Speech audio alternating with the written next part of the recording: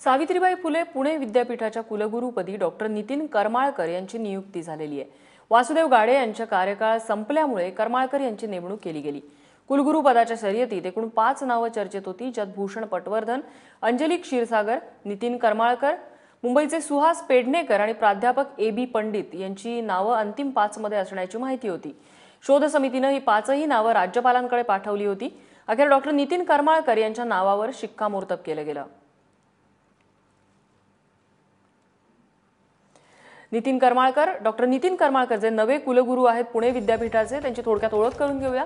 15 वर्षापासून ते विद्यापीठात अध्यापन करतात। भूगर्भशास्त्र आणि भूरसायनशास्त्राचं संशोधन ते करतात।